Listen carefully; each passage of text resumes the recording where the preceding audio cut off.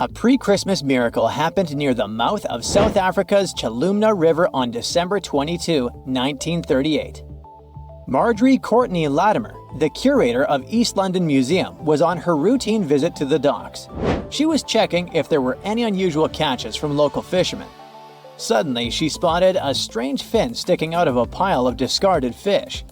Intrigued, she cleaned off the slime to reveal an incredible discovery. A pale blue fish with silvery flecks, thin scales, and 4 fins that looked almost like limbs. And it was huge too, 5 feet long, weighing about 127 pounds. Marjorie actually specialized in birds, but she had always been fascinated by the natural world, including the ocean. She didn't know what the fish was, but she had a feeling that it was something special. So she had the fish loaded into a taxi and taken to her museum. She then went through lots of reference books, but no matter how hard Marjorie tried, she couldn't identify the species. She decided to show it to the chairman of the museum's board, but he just dismissed it as a common rock cod. Marjorie didn't listen to him. The creature fascinated her so much that she kept studying it, and even tried to preserve it by having it taxidermied, although she couldn't save the organs. Desperate for answers, she reached out to a fish expert, J.L.B. Smith. But tough luck, he was away at that moment. When Smith finally saw the drawing, he got instantly intrigued. By January, he finally wrote the response to Marjorie, saying the fish was giving him sleepless nights. He was eager to see it in person. On February 16, when he finally arrived at the museum and laid eyes on the fish, he was stunned. Suddenly, it dawned on him that he was looking at a coelacanth, a species believed to have gone extinct 66 million years ago. This made it a Lazarus species, an extinct species that reappears after a long absence in the fossil record. It was like seeing a fossil come to life. Scientists thought that this creature had vanished with the dinosaurs. Thanks to Marjorie's persistence, this became one of the most remarkable biological finds of the 20th century. The entire genus Latimeria was named in her honor. Turns out, fish was vibing in the deep ocean waters, completely unbothered by an asteroid strike for millions of years. Today, at least 2 species of coelacanth are known to exist. Both come from this ancient lineage that survived the test of time. They mostly live in the Indian Ocean, with some chilling around Indonesia here and there. Coelacanths look and behave very differently from other fish. Their creepy fins actually move in a way similar to how human arms and legs move. They also have a special joint in their skull that lets them raise a part of their head while feeding. That's because they're related to tetrapods, those guys that were the first to step out of the waters to the land. Michael Smith is a British naturalist. On July 2018, he was exploring the remote Wandiwoi mountain range in Papua, Indonesia. He was there to search for rare, pretty flowers called rhododendrons, but he accidentally took a photo of a funky-looking creature. Smith got very curious about this animal. He then returned for another expedition, this time with a local guide. He spent 10 tough days searching high in the mountains. The terrain was harsh, with constant rain, slippery ground, and leeches crawling into their boots. When they were already exhausted and close to giving up, the miracle happened. The team finally spotted and snapped a picture of the animal. This cute thing turned out to be the Wandiwoi tree kangaroo, the one thought to be extinct for 90 years. The first time it was discovered was 1928. It's a sad story. A biologist spotted it while studying the area, and this was the first and the last time we saw that animal. But as it turned out, it wasn't extinct at all. It's just a very elusive and sneaky creature. This marsupial lives in small, isolated, steep and misty forests. Very few people venture there, all because of the reasons we mentioned: the rugged terrain, dense bamboo thickets, lack of water. Even the local hunters had never seen one. They're super cute with their round face, reddish fur, and appearance that looks like a mix of a monkey and a bear. It's a weird type of kangaroo that jumps on the trees, not the land. When Michael Smith rediscovered it, he immediately contacted experts, including a specialist on tree kangaroos. The discovery was confirmed. Even though it's still hard to catch these creatures in the wild, they're still a mystery to science, and scientists try to protect the species. In 1996, researchers from the Wildlife Conservation Society were walking around the meat market in Thakek, Laos. Suddenly, they spotted a bunch of weird rats. Yeah, it may seem to be a common thing for a market, but those were no simple rats at all. At first, they thought it was a new species. They called this new rodent the Laotian rock rat. This animal was so different from other rodents that biologists wanted to place it in its own family. But in 2006, Mary Dawson and her team challenged this idea. They suggested that the Laotian rock rat might actually belong to an ancient family of rodents, the ones that were believed to have been extinct for 11 million years. In the same year, scientists finally captured and documented a live specimen. And guess what? Those were indeed those ancient rats. They didn't go extinct. They just preferred to avoid the spotlight and decided to go vibe in the limestone karsts of Laos and a small part of Vietnam. Turns out, the locals were even familiar with the rodent, regularly trapping it for food. Right, that must be the true reason for their hermit lifestyle. Now, these guys are a huge interest for scientists and are being studied carefully. In 2019, some scientists went on a joint expedition on Fernandina Island in the Galapagos archipelago. During the expedition, the team started noticing weird things: tracks, scat, and claw marks on trees. By following them, they suddenly discovered the culprit: a mysterious turtle that was sitting on a high elevation on the volcanic island. It was a lone female tortoise. They nicknamed her Fernanda. That's because they recognized her as a Fernandina giant tortoise, a species that was thought to have been extinct for 112 years. The last time we've ever seen this species was in 1906, when scientists found a male tortoise and sent it to the California Academy of Sciences. They thought that volcanic eruptions and extensive hunting caused the species to completely disappear. This was a huge deal. It provided hope for the survival of the Fernandina giant tortoise. Park rangers said that they saw signs of at least 2 other tortoises, so maybe they'll be able to find them soon. The Galapagos Conservancy has launched fundraising efforts to support further expeditions. In July of 2007, Luis Enrique Minguez was hiking in La Palma, a small island in the Canary Islands. He's a researcher in the Institute of Ecology and Conservation. While he was walking through the northeastern part of the island, he spotted an interesting lizard. The lizard was almost 12 inches long. He saw it near a forest trail, about 147 feet above sea level. Minguez took a photo of the lizard and shared it with his buddy researchers. After seeing the pictures, they realized that it was the long-lost La Palma giant lizard. This species was presumed to be extinct for centuries. They thought that it disappeared within the last 500 years due to being hunted by cats and habitat destruction. Unfortunately, even though they were super hyped up at first, things didn't go so well next time. They did some follow-up expeditions in October of 2007, and then some more, but they couldn't spot the lizard anywhere again since then. The lizard probably lived in very high and dry spots of the island. Researchers hope to discover at least some of the lizards in the future and help them thrive once again. Every species on Earth, you, me, and that nasty neighbor of yours, is destined to go extinct someday. Just like what happened to the woolly mammoths and saber-toothed tigers. Stats aren't bright. Scientists say that 99% of all animals that ever lived are now extinct. Hey, what's that look on your face? Going extinct is not the end of the story. Now listen up. Mammoths might make the greatest comeback ever and even be the key to saving humanity. Nope, they won't give away free money so that we don't have to work anymore, but they can sorta help the weather situation on our planet. In the Arctic tundra, there's this ground called permafrost. It's like soil in the form of ice. Soil turns permafrost when it stays super cold for 2 years straight. But now, permafrost is actively thawing out, and it's bad news for, well, everyone. Because while thawing, it releases a lot of carbon into the air.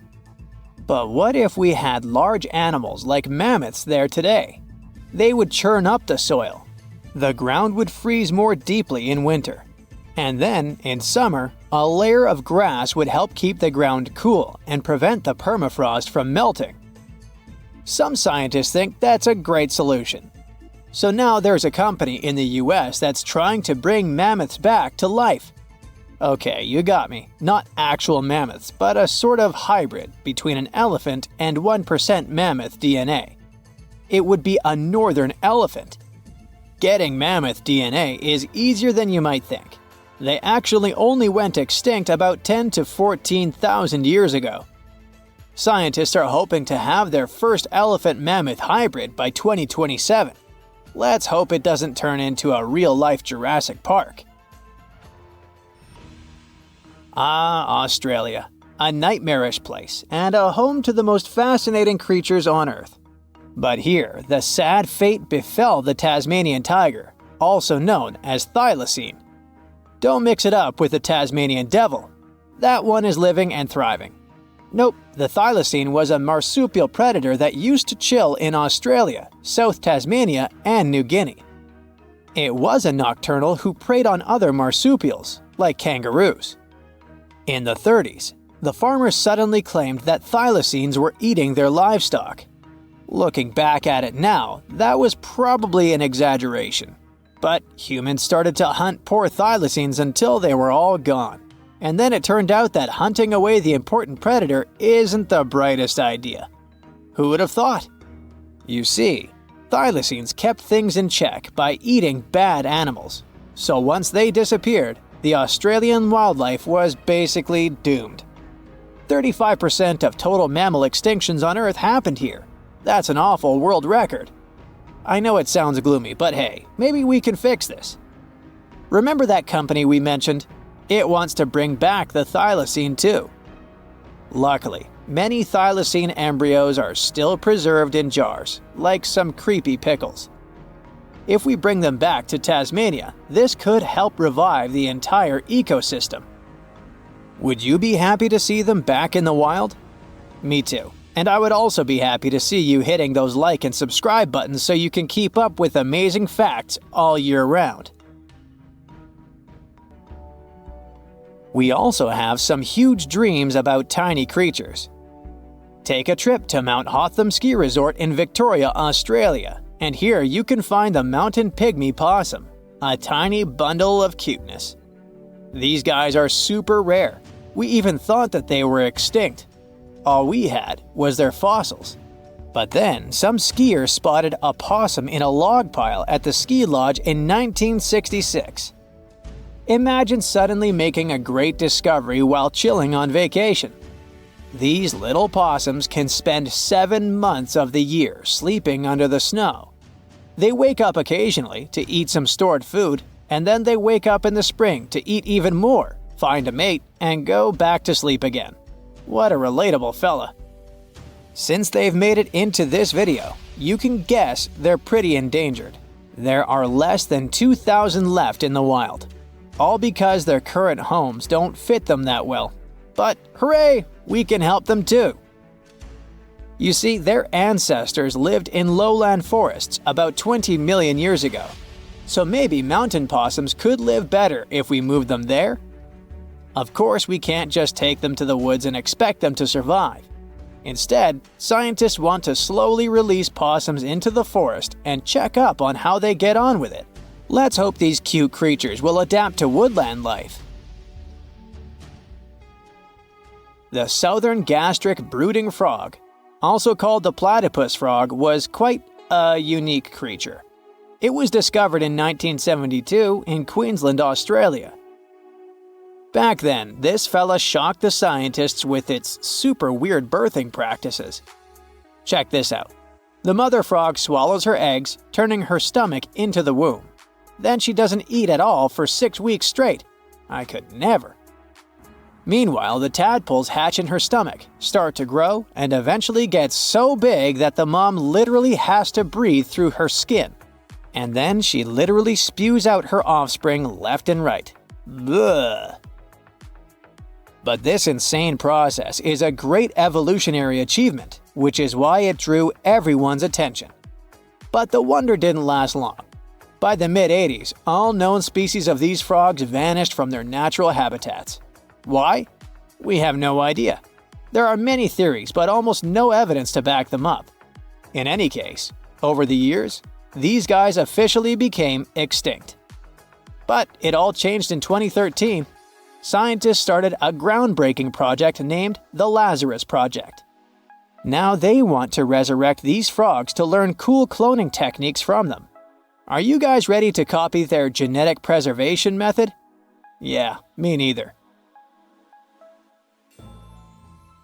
But let's dive deeper. Literally go in the water. Meet the coelacanth. This creature lived in the oceans back when the dinosaurs roamed our planet, and didn't even notice the asteroids. These guys are the Methuselahs of the sea. They can live up to 100 years, and they don't even start thinking about leaving offspring until they're around 55. At least they've got plenty of time to live for themselves. We actually thought this creature had gone extinct about 65 million years ago. But then, the first Latimeria specimen was discovered off the coast of South Africa in 1938. Now they're known as living fossils. And these fish are enormous. They weigh around 200 pounds. They're also super stylish, with those lobe-fished paddles that make them look like disco balls. Oh, and they're great aerialists. Thanks to those versatile fins, they can even do headstands and swim belly up. The coelacanth is also a bit of a homebody. It's not very energetic and likes to live in underwater caves during the day, only coming out at night to snack on smaller fish and squid. Another animal who's literally me. Now we're trying our best to preserve this species, and I won't be surprised if it outlives us all. And finally, let's talk about the largest and most awkwardly looking flightless bird from New Zealand, the South Island takahe. The tale of the takahe started way back in the Middle Ages. Humans accidentally hunted them all away, and by the late 19th century, it seemed there were none of them left. But then, they were rediscovered in New Zealand in 1948. Poor guys did all they could to hide from us in the mountains, but we still got them. But it's different now. Since then, we've been trying our best to save them from extinction. There's a takahe recovery program going on, and it shows great results. They managed to greatly boost the number of birds in the wild. As of 2023, the takahe population has grown to around 500 birds. They're now considered nationally vulnerable, not nationally critical. It's a little progress, but progress nonetheless. Let's keep it up. Currently, there are approximately 20 billion animals inhabiting our world. If everything were ideal, we would have 5 billion more animals on Earth. But many species have gone extinct, and around 44,000 species are currently in danger. The largest, most recent mass extinction event in history occurred during the dinosaur era, leading to the eradication of 75% of species on Earth. The Tulachi wallaby is a long-lost relative of today's kangaroo, but they had a hidden superpower, night vision. That's why they were mostly active at night. They were 3 feet tall and fed on grass, fruit leaves, and other plants. Wallabies lived in grassy areas near swamps and other water bodies, but not for long. By the 19th century, their numbers had gone down, bringing them to the edge of extinction. Only 14 wallabies had been left in the wild by 1920. A rescue mission was launched. They tried to capture the last 14 animals to protect them. But the situation got out of control and 10 wallabies lost their lives. The 4 remaining ones were transferred to a special facility, and in 1935, the last animal passed away. Only one picture of the Tulachi wallaby is left now. There were reports of the animal's sightings after that, but no proof was shown, and the creature was officially declared extinct in the 70s. Short-faced bears were a unique species that lived in North America, particularly Alaska. It was a massive bear, weighing around 1,500 pounds. When standing on its hind legs, it was around 12 feet tall, a whole foot taller than today's biggest beast in this family, the polar bear. This animal was different from today's bears because almost all of them are omnivores, except for polar bears. But this monster was solely carnivorous, which was the reason for their extinction. During the end of the Ice Age, many herbivores were gone, and those bears did not have enough food to survive. They were the Usain Bolt of the bear world, the fastest Bruins to have ever lived, reaching a top speed of 40 miles per hour, which is 5 miles faster than grizzlies. There are around 400 million pigeons in the world now. Some time ago, in America, a species of birds called passenger pigeons were abundant throughout the country, especially in the eastern forests. There were more than 1 billion of them, but they went from 1 billion to 0 in a few years. They had small heads and necks, but long tails and wings and strong breast muscles that allowed them to fly super long distances. The last passenger pigeon passed away in captivity in 1914. It was named Martha. With that, the ecosystem in the U.S. has never seen this bird again. Now, elks are enormous animals, but they look tiny when you compare them to long-gone Irish elks. That elk was around 7 feet tall at the shoulder with a humongous antler of 12 feet. Today, elk are only 4.5 feet tall at the shoulder and have around 4-foot-long antlers. Despite its name, this elk was found all over the world, from Asia to Europe. It got its name because, in Ireland near Dublin, researchers found a perfectly preserved specimen. Since then, it's been called the Irish elk. The last one passed away in Ireland. The main reason for their disappearance was their inability to adapt to changes. When the Ice Age ended, the elk could not survive and became extinct. Now, somewhere deep in the forests of Costa Rica lives the interesting-looking golden toad. It was discovered in 1966 in one particular spot where all toads would gather to mate. In 1967, a large population of this golden nugget was noted in that same spot.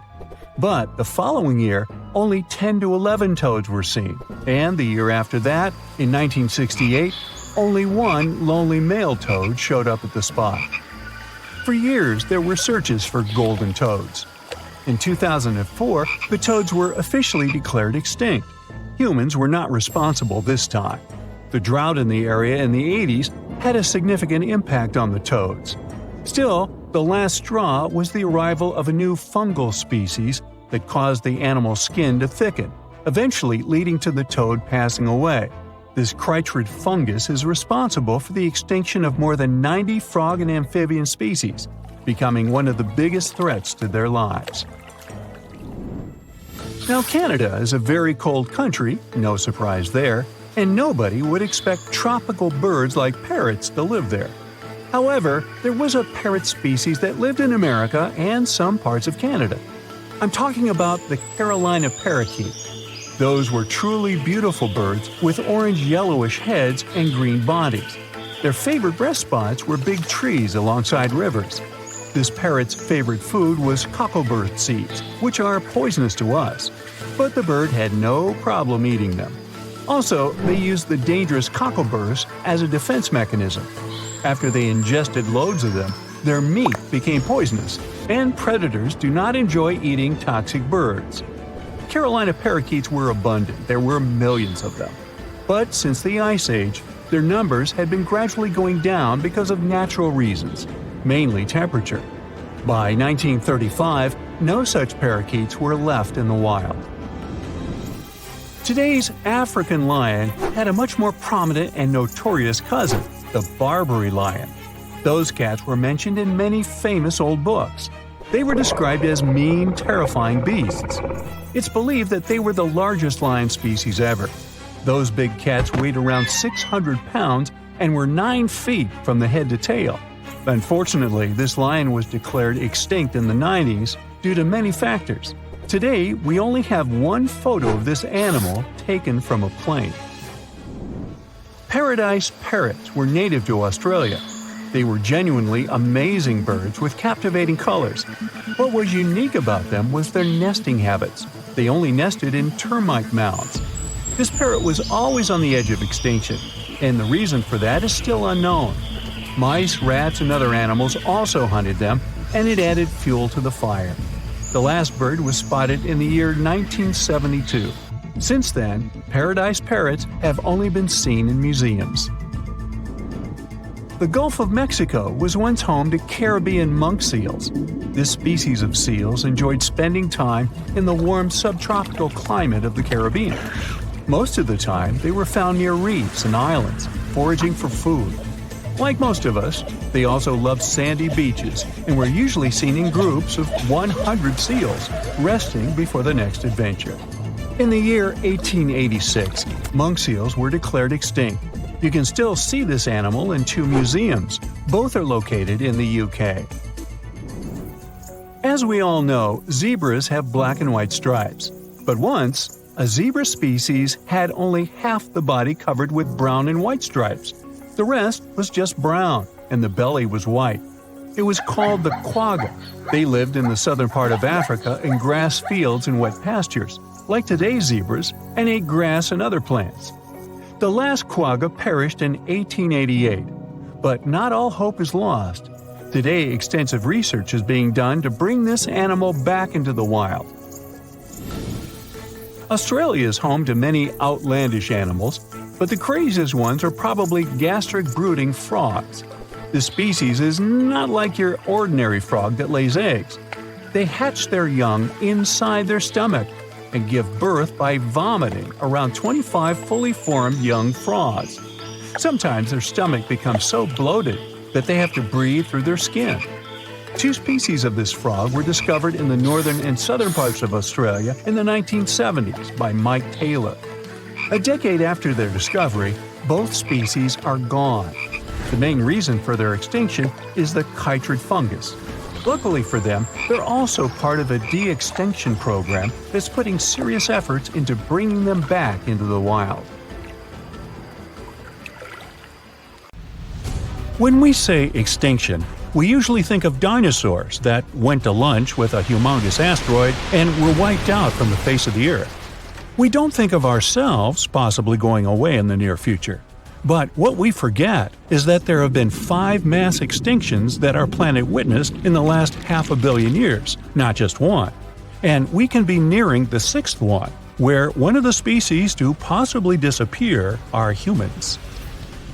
The first great mass extinction came about 440 million years ago in the Ordovician period. Back then, life was mostly thriving in the oceans and along the coastlines. Biodiversity was great at the time. There were thousands of different species, trilobites, sea scorpions, and all kinds of weird-looking mollusks, and even fish. You name it, Ordovician had it. But then, the temperature around the planet started to drop. The overall warm climatic zones became colder and colder, until the oceans got covered with thick sheets of ice. Most of the marine species weren't ready for such abrupt changes. Imagine a trilobite serenely crawling along the bottom of the sea and suddenly bumping into a glacier. Yeah, it's like living your entire life in a beach bungalow, only to find yourself in an igloo one day. The event was dubbed Late Ordovician Glaciation, which led to Late Ordovician mass extinction. Over 60% of all species that lived in that period disappeared. Only ancient fossils were left for paleontologists to discover hundreds of millions of years later. Nobody still knows exactly what caused the temperature drop at the time.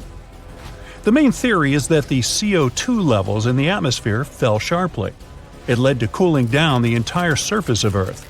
But the reasons for such a collapse are still under debate. However, that wasn't the worst mass extinction event in the history of our planet. Despite more than half of all living creatures being wiped out, biodiversity on Earth restored itself in the following 5 million years. Life went on until another catastrophe struck. Within the span of 20 to 25 million years, From about 375 to 350 million years ago, several extinction events occurred. They were like pulses that damaged a lot of marine species. Arthropods, like scorpions and mites, lots of various fish, including sharks, all were in decline. Overall, more than 75% of all living beings disappeared back then, who were mainly in the oceans. The reasons for such events are even more unclear than those before the late Ordovician mass extinction. Most scientists now believe those waves were caused by changes in the sea level and a lack of oxygen in the oceans. A lot of plants quickly moved to land and adapted to living outside of water. And since they were the main source of oxygen in the ocean, all those fish and sea scorpions were in for a very unpleasant surprise. The booming growth of plants on land also removed much of the CO2 in the atmosphere and enriched it with oxygen instead. This led to an abrupt temperature fall again, and although no new ice age followed, many land animals couldn't adapt to the new conditions. The bitter irony was that the major part of them had just recently crawled out on land from the ocean, looking for a better environment. Ah, well. This was only the first wave, though. The reasons for the second one, that came about several million years later, are still unknown. Scientists think there could have been mass volcanic eruptions, or even meteor strikes, but those are just hypotheses. Then another 100 million years passed without much trouble. Species rose and fell, evolved and disappeared, but the cycle of life continued until about 250 million years ago, when the third mass extinction event occurred. It happened in the Permian period, the last period of the Paleozoic era, and it was so catastrophic that it had all the chances of becoming the last mass extinction on our planet. Scientists are still unsure what caused so many species to be eliminated. But the fact is that around 96% of all living creatures in the world were gone. One theory suggests that volcanoes started being overly active. They threw millions of tons of methane and basalt into the atmosphere. Asteroid strikes might have added to the damage too. The sky was literally covered in dark clouds of ash. The proto-mammals and reptiles tried to hide from the black and gray mist, but it was everywhere. It was like hiding from the air itself. Another culprit could have been microbes that loved their methane-rich environments. They could have quickly spread in the oceans and literally choked the rest of the marine life forms there. But whatever the reason, the Permian mass extinction event was the most massive and destructive of all the Great Five. All life on our planet could have ended right then and there. But those 4% that persisted eventually spread across the Earth and started a new era. Yay! This time, they lived a peaceful life for only 50 million years. And then, whammo! The fourth great mass extinction hit. It was different though, slowly creeping across the planet over the last 18 million years of the Triassic period. The extinction occurred in numerous short pulses, wiping out several species at a time. A slight climate change here, an abrupt temperature fall there, and very upset animals and fish all around. The main reason for that was again the volcanic activity at the time. Fiery mountains started spewing out ash and gas once more, lowering the oxygen levels and suffocating life. Well, that was harsh. The gases and other substances thrown out of the volcanoes' mouths changed the Earth's climate again. Sea levels rose because of that, and some researchers believe even the pH levels were altered. That means the marine life that used to be swimming peacefully in more alkaline waters suddenly found itself trying to survive in acid. But apart from causing bursts of extinction, these changes also ushered in the era of dinosaurs. It didn't begin immediately, of course. Some species evolved and slowly grew into the mighty animals we've heard so much about. Their extinction was the last of the Great Five, and certainly the most well-known. About 65 million years ago, when dinos were still ruling both land and ocean, an enormous asteroid came from outer space and fell right on Earth. The impact was so powerful, it left a huge crater in the Yucatan Peninsula, and the explosion sent billions of tons of debris into the air. The dinosaurs that lived far away from the impact zone raised their heads and saw black and churning clouds blocking the sun. It remained for years, drastically dropping the temperatures. In addition to the cold that followed, the asteroid hit a carbonate rock that had a lot of flammable material in it. The impact led to an explosion. The chemicals mixed in the air and produced sulfuric acid, and that acid fell down in the form of rains, altering the pH of the oceans. Aquatic creatures that were again used to more alkaline waters went, "Oh, come on!" That didn't help, though. The changes were abrupt and severe. About 75% of all animals and plants went extinct in a matter of years, unable to survive the new, harsh conditions on the planet. But some persisted.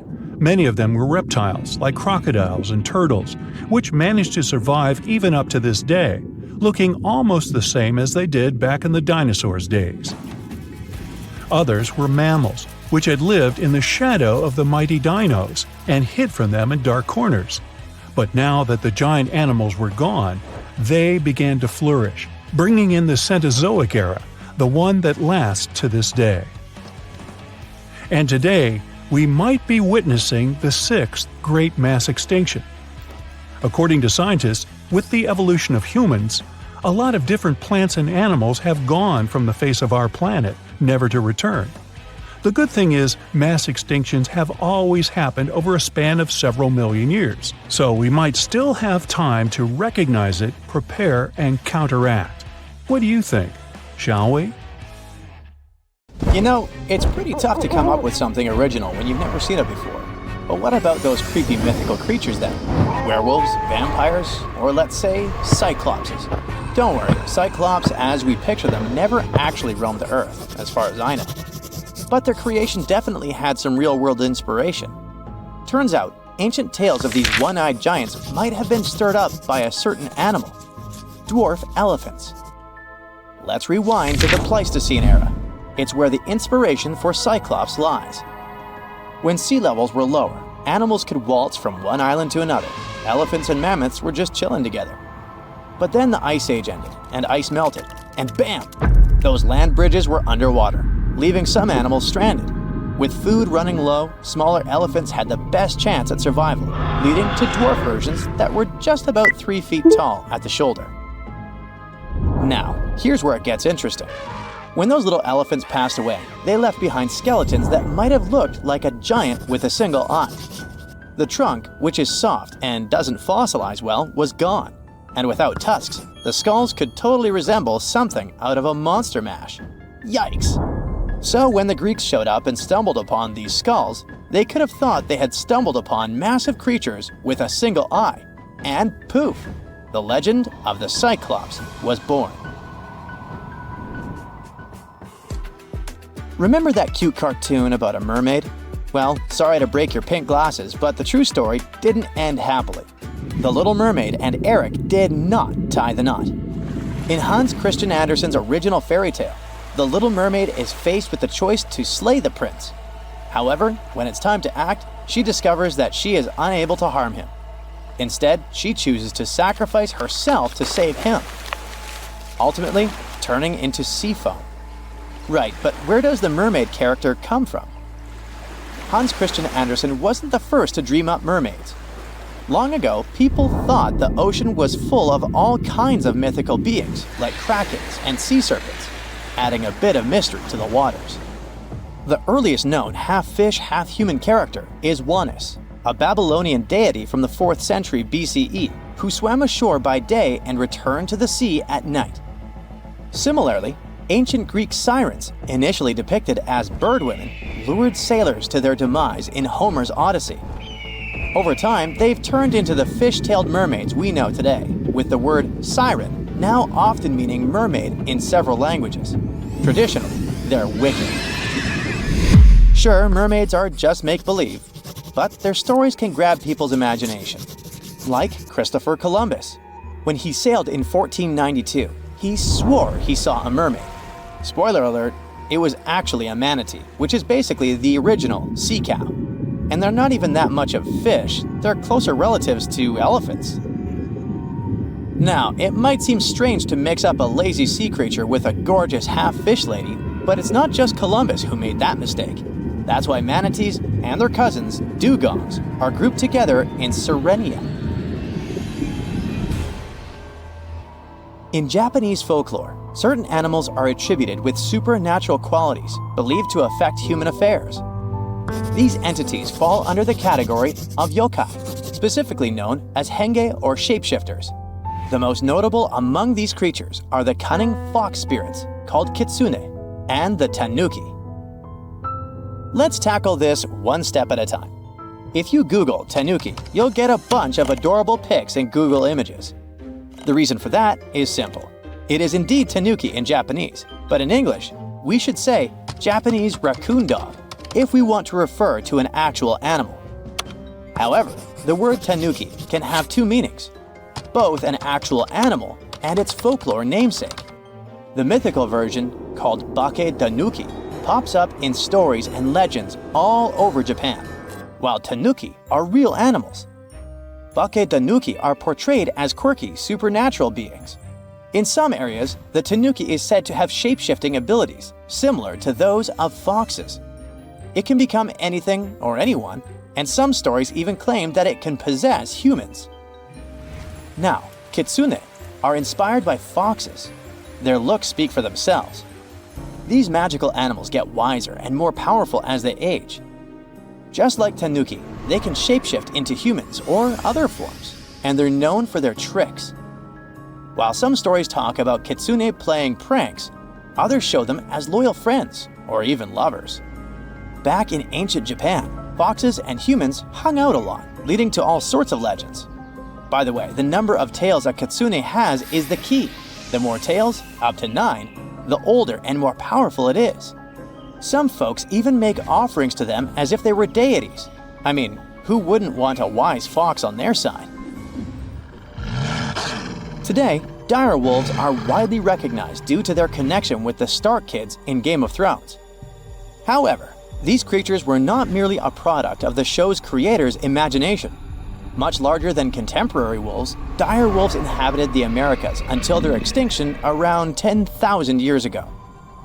Over 4,000 fossilized remains of these animals were unearthed at the La Brea tar pits in Los Angeles, where they may have become trapped while scavenging on the remains of other animals that had fallen in. The dire wolf had an exceptionally large skull, yet its brain was smaller compared to that of modern wolves. If they had possessed larger brains, they might have been more discerning and recognized the dangers posed by the tar pits. Additionally, while there is no record of albino dire wolves, albino cubs have been documented among modern wolves. Check out this creepy sea serpent with multiple heads. It's called the Hydra in Greek mythology, and according to the legend, one of its 9 heads was immortal. So every time you locked one off, 2 more popped up. Hercules had to take on this beast as one of his biggest challenges, and his nephew lent a hand. While Hercules was busy playing whack-a-mole with the heads, his nephew was cauterizing the wounds to stop them from coming back. Eventually, he managed to chop off the immortal head and buried it under a hefty rock. Believe it or not, this wild story might have had a basis in reality. There are a few documented cases of snakes with multiple heads, though 9 is pretty rare. Reptiles seem to be more prone to this kind of thing compared to other animals. Still, no records about one of those heads being immortal. Duh. Giants have been a part of stories forever. Take Greek mythology, for example. There's the Gigantus, a wild crew of 100 giants that sprang from Gaia after she had had a rough breakup with Uranus. Not exactly a fairy tale, right? Then there's Ergelmir from Norse mythology, who was born when icy Niflheim waters mixed with the fiery heat of Muspelheim. Now let's switch gears to real-life giants. Some folks had a condition called hereditary gigantism, which helps explain the tales of these towering figures. Scientists think they found a gene linked to it. Plus, some people have pituitary tumors that kick growth hormones into overdrive. Take Goliath, for example. He was reportedly over 9 feet tall. There's no universal height for a giant since it varies by culture. A study even suggested that Goliath might have had a genetic background contributing to his size. When David took him down with a slingshot, he hit Goliath right in the forehead. Imagine if Goliath had a pituitary tumor messing with his eyesight. It would have been a classic case of "didn't see that one coming." And speaking of giants, meet Robert Wadlow, the tallest guy ever recorded. He stood at an insane 8 feet 11.1 inches and weighed 439 pounds. Basically, a human reindeer. As a kid, he was always the tallest.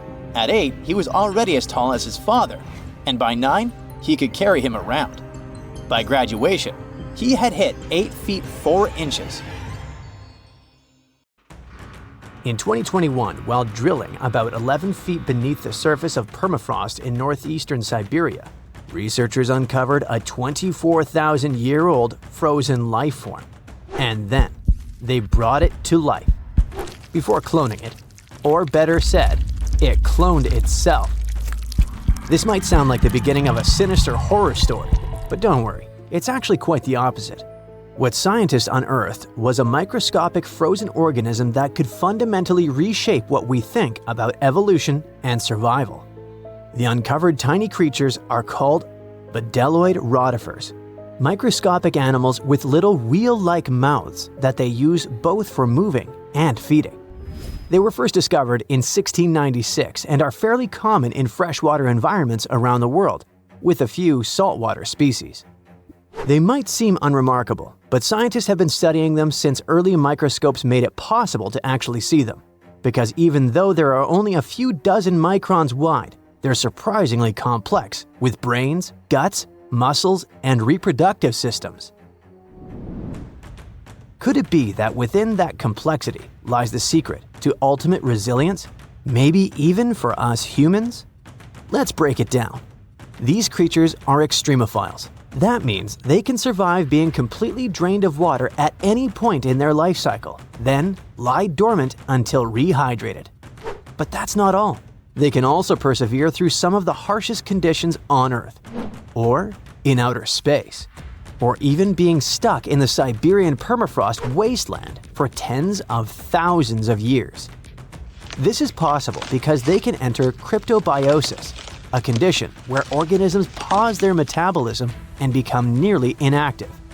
It may sound sciencey, but actually, some of the everyday products we eat are stored in a fridge thanks to this phenomenon. Take yeast, for example. Live yeast cells are surrounded by a protective layer made of dead cells and some nutrients. You can keep yeast at room temperature, but if cryptobiosis comes into play, in the form of your fridge or freezer, it stores much better and longer. During cryptobiosis, rotifers accumulate protective compounds like chaperone proteins, which help them repair and recover once favorable conditions return. Chaperone proteins are like tiny bodyguards. Their job is to keep other proteins in the cell from falling apart under pressure. When the body is stressed, whether from heat, cold, toxins, dehydration, or just the natural aging process, the proteins inside our cells can start to misfold.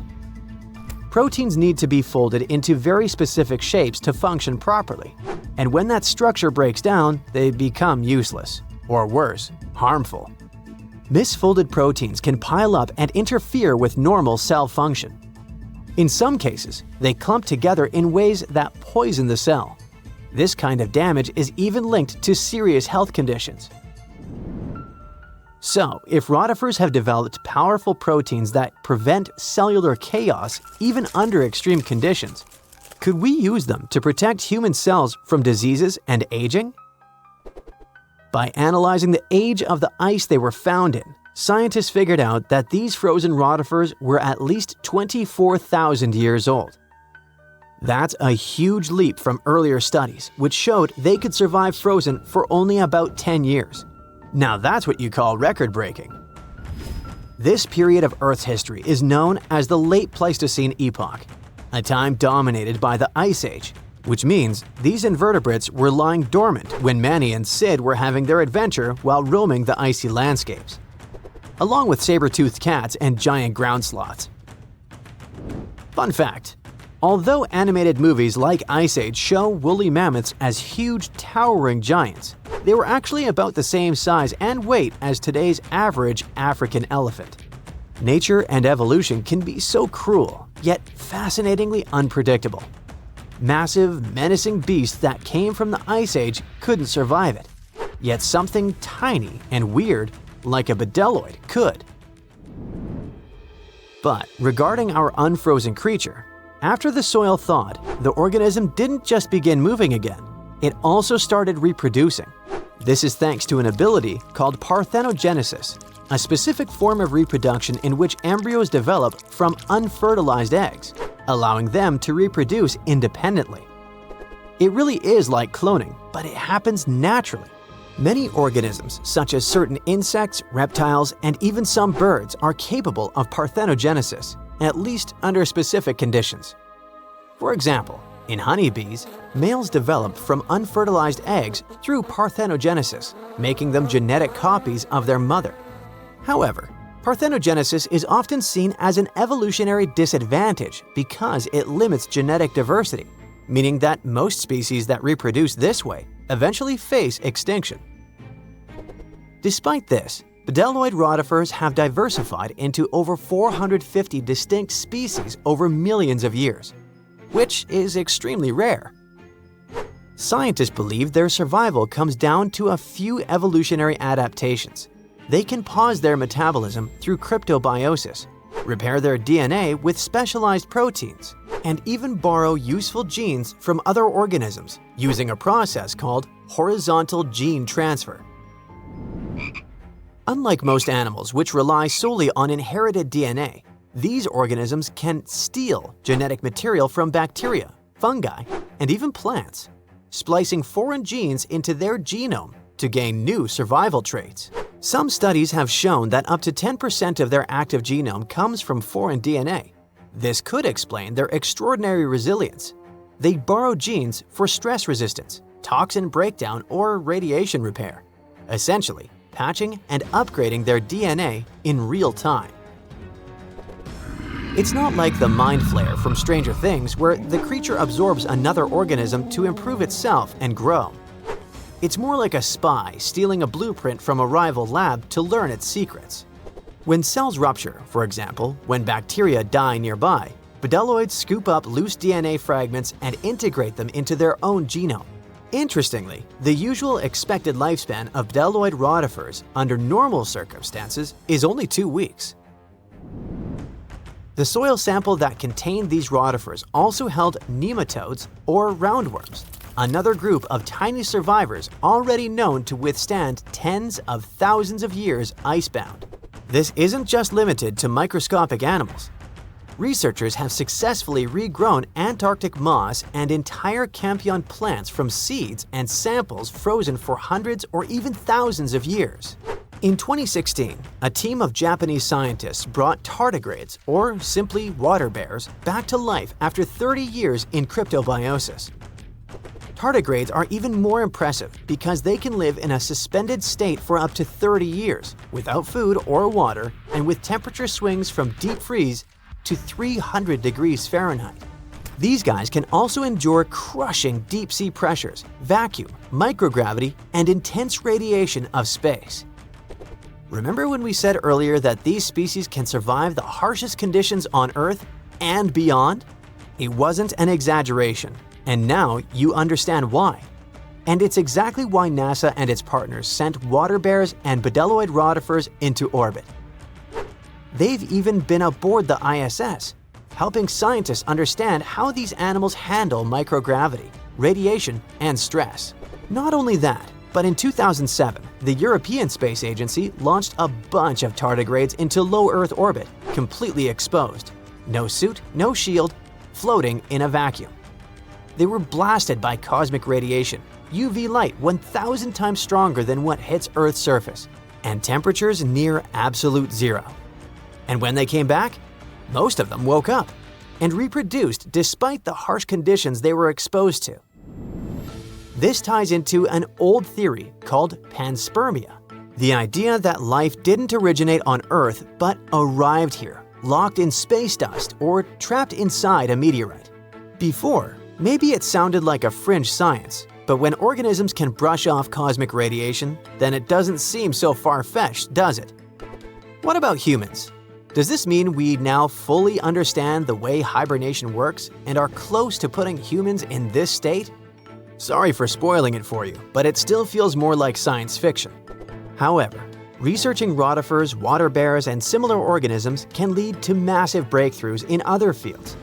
Their resilience might be a blueprint for medicine, for reshaping what it means to age, maybe even to pause life itself, or extend it. We're talking real, practical innovations, from better preservation of human organs for transplantation to drugs that slow aging at the cellular level. And yes, maybe even cryogenic hibernation, long enough to make interstellar travel possible.